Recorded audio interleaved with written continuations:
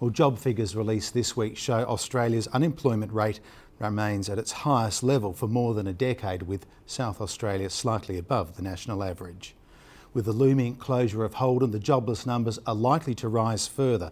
Creating jobs is not easy in a sluggish economy, but one group of business leaders has taken a different approach to stimulating new ideas and growth, as Mike Sexton reports. Inside this unremarkable building at Lonsdale, a remarkable business is operating. Remarkable if for no other reason than at a time when manufacturing is shrinking, this one is expanding. We had a site right at the back of this building actually. It was a shed with 8 staff when Redarc back in 1997. We've grown to 20 into another building in Lonsdale and right to 100 where we are today in this state-of-the-art facility.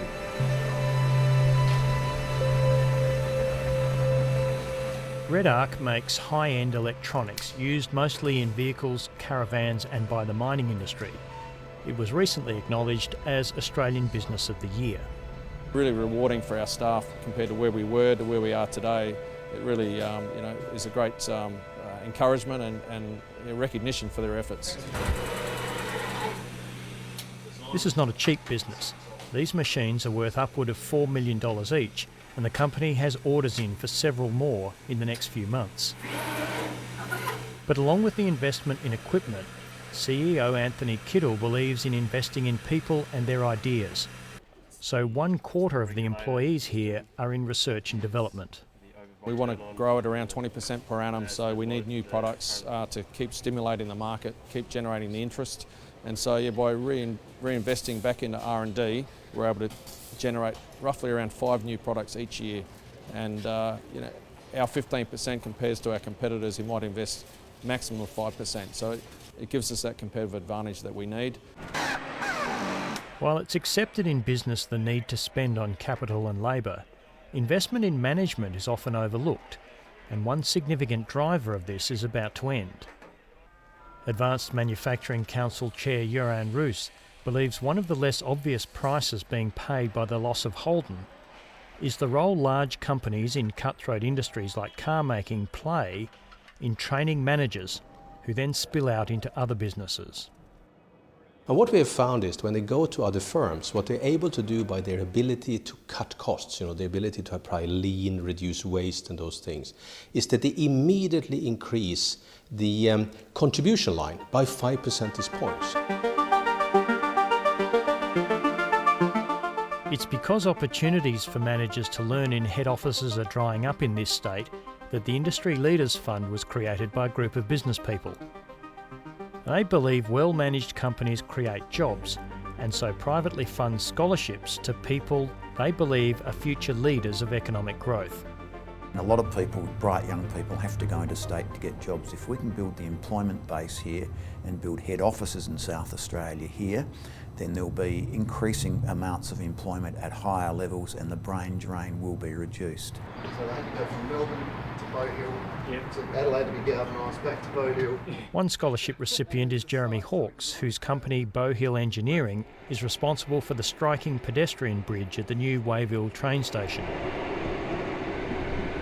There was a lot of challenges in building it, even though it might look like it's just a twisted box. It's every bay is different and the angles are different and each piece of steel is different in the whole bridge. There's no replication, so yeah, it was quite difficult. His company is based outside Murray Bridge with a workforce of about 20. Jeremy Hawkes used the Industry Leaders Fund money to study lean manufacturing in Japan. The intent of going over there was to gain a larger perspective of what is world's best, and for us we wanted to be very deliberate and stand back and not try and solve the whole world in one day. We wanted to have that knowledge tucked away and train our people in lean processes and let it build from within. Jeremy Hawkes has won a second scholarship, this time to the Melbourne Business School. And like all the recipients, one reason he's been chosen is because he chooses to work in this state. They have to be working in a business that's located here in South Australia. It doesn't necessarily have to be here, and also employs people directly in South Australia. So by businesses that are here that don't necessarily have to be here, what we're talking about is manufacturing, food processing, defence industries, software development, those sorts of industries where they could be just as easily done in Melbourne or China or the USA, but people are doing them here.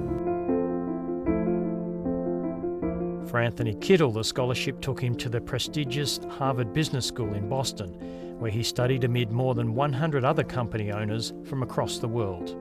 We worked on our company strategies whilst we were there, and lots of eyes on our strategy about how we could improve and how it could be successful going forward. So you're challenged all the time, and certainly the volume of work, the volume of knowledge that you had to take in short periods of time was certainly challenging for someone who hadn't been studying for quite some time. And so whilst they've got stock in their warehouse, we're looking at opening up a warehouse in Poland, and that will guarantee stock throughout Europe within 48 hours. Yesterday, so maybe that is that one.